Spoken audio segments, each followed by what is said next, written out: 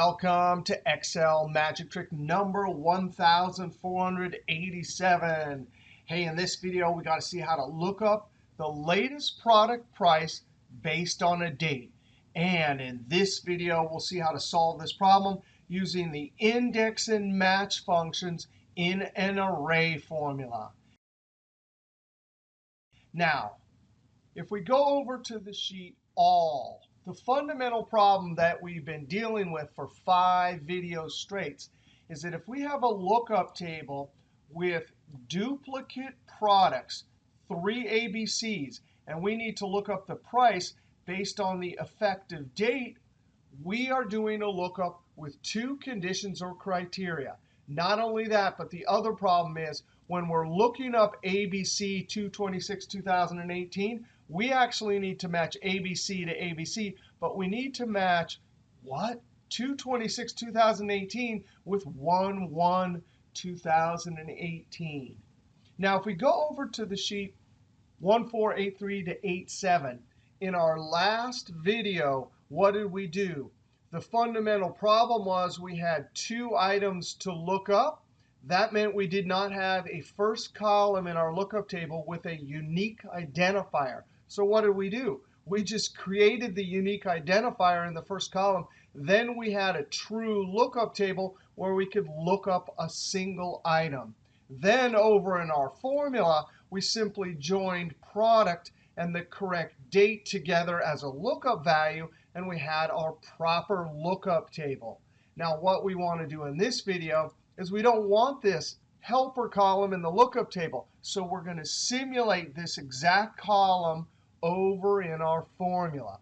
Now, 5 videos. The first 2 required certain types of sorts in the lookup table. The last 3, including this one with index and match, will not require that we have any particular sort on our lookup table.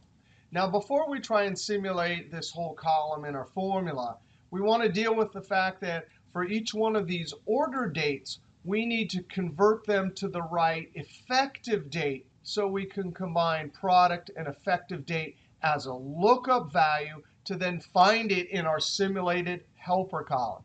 Now, the way we're going to convert order date to effective date is just like we did the last 2 videos. We're going to use the new MAXIFS function.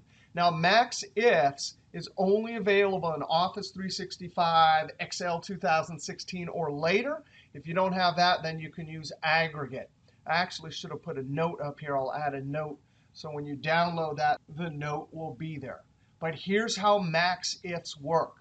We need to pick out the maximum date for the ABC product that is less than or equal to 2/26. So for the max range, we're going to look through all of these dates, F4 to lock it, comma. We need to isolate effective date just for the particular product. So criteria range, I'm going to take product, lock it with the F4 key, comma, and then the criteria. Please only find the dates for ABC. That's a relative cell reference, so that will work, comma. Now, the second criteria range is the effective date. And I need to lock that with the F4. And now, for those effective dates, I need to ask the question, how many of you dates are less than or equal to the order date? Now, notice in this list right here, isolated on ABC, the only match is 1/1/2018. So right in criteria 2, I have to put my comparative operator in double quotes. Double quotes, less than or equal to, end double quotes, and join it with the ampersand to order date. Now, right there, that's pointing over to this column saying, how many of you are less than or equal to that order date? Just the first one. Now, let's copy this down and see what happens. Control-Enter. Control-1 to show it as a date. Enter. Copy it down. And just as we talked about in the last few videos for 930 ABC, if I hit F2, what did MAXIFS do? It found all of the ABCs, 1, 2, 3. All 3 of these dates are valid for MAXIFS. Then it asked the question, how many of you 3 dates are less than or equal to 930? But check it out. all three of them are less than or equal to 930. So that's where the MAXIFS comes in. It'll only pick the biggest one. And that's exactly the effective date we need down here in our formula to combine with ABC to get the right lookup value. Now I'm going to highlight all of this, Control-1 and apply general. Click OK. Come to the top, F2. Now I'm going to join ABC, ampersand, and whatever MAXIFS delivers. Control-Enter. Double-click and send it down. Notice I didn't mention it, but any date really is a serial number date. So those are all the correct serial numbers. And notice now the key matches up with our lookup values. Now, F2. We're going to have to look this up in a created helper column in our formula and find the relative position in our list for our price. So how do we do that? We use the match function. There's the created lookup value. Now I comma at the end. For lookup array, this is where we simulate our helper column. I simply take the product column, F4 to lock it, and join the whole column to the effective date, F4 to lock it. Now I could verify that by clicking on Lookup Array, and I'm going to use the F9 key to evaluate that part of the formula, F9. And there it is, the entire helper column, just as we see over here. Control-Z. Now guess what? This is an array operation. Anytime you have an operator and the items on one side or the other of the operator are not single items, but an array or range of items, you know you have an array calculation. Now the problem is the match function lookup array argument will not calculate this correctly unless we use the keystroke Control-Shift-Enter. Now we need to finish this before we enter and test that, comma. We're definitely using exact match lookup, so I'm putting a 0 and close parentheses. If I hit Enter, I get a value error. That value error says you forgot to use Control-Shift-Enter, F2. So now I'm going to use Control-Shift and Enter. Now when you enter an array formula that requires Control-Shift-Enter into a cell, you have to go up to the formula bar and verify that those curly brackets were automatically put in. Control-Shift-Enter is you telling Excel to calculate this as an array. The curly brackets are Excel telling you that it understood that this was calculated as an array formula. Now I'm going to double click and send that down. And look at that. If we go down here to this 11th record, CDE needs the price from the 6th row. 1, 2, 3, 4, 5, 6. And there it is, the correct price. Now we can use match inside of index to look up the price. But we're going to do one other thing, F2 to this match, before we put it inside of index. Here is a crazy array formula trick. Notice that's an array calculation, and it's sitting in lookup array argument for match, and we're required to use Control-Shift-Enter. But there are 5 magic functions in Excel that can handle array operations without Control-Shift-Enter.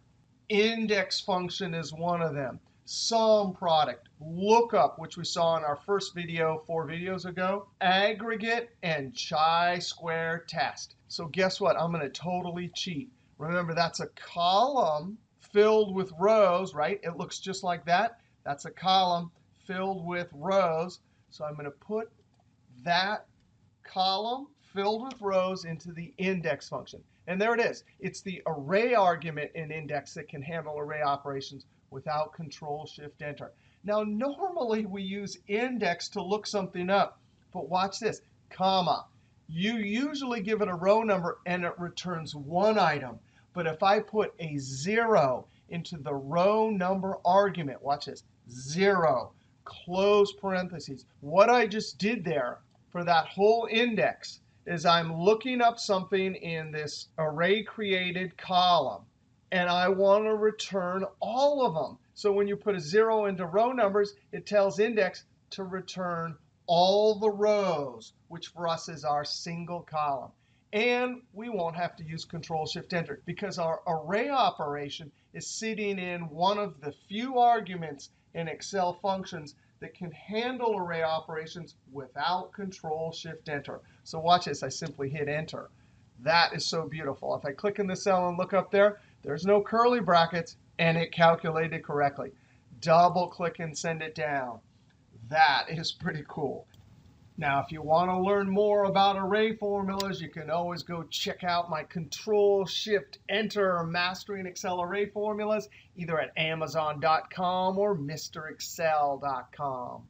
Now, remember, F2, that huge thing, is just returning the relative position for the correct price. So now I come after the equal sign, and we're going to use the lookup function index. And we're going to, for array, put the items that we potentially want to go and get and bring back to the cell. F4 to lock it, comma.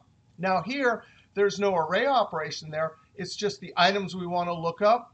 And that huge formula element there in row is delivering the correct row number or relative position to look up the price. Close parentheses. Control-Enter. Double click and send it down. You've got to be kidding me. That is working perfect. I come to the last cell and hit F2 to verify that all the cell references are working. And they are. And just like our last two videos, if I come up and sort this table in any order, that formula will work no matter what. All right, now we use MAXIFS right there. If you don't have MAXIFS, I'm going to click Escape. Here's the formula right down here, F2. There it is. You use aggregate instead of MAXIFS. That means we're going to have a bunch of other array operations in this formula also. We definitely would prefer to use MAXIFS because that's a lot of array operations all in one formula, which increases calculation time. Now, on a small data set, it doesn't matter, but on larger data sets, it would. Now, I'm not going to explain aggregate in this video, but there's a link that explains how to use aggregate as a replacement for MAXIFS. All right, that was a wild array formula using index twice, the match function, and MAXIFS. Now, if you like that video, be sure to click that thumbs up, leave a comment, and sub, because there's always lots more videos to come from Excel is Fun, including our last video in this series, which is not even listed up here. We'll have a summary video discussing all the different options and an opportunity for you to vote for the formula that you prefer. All right, we'll see you next video.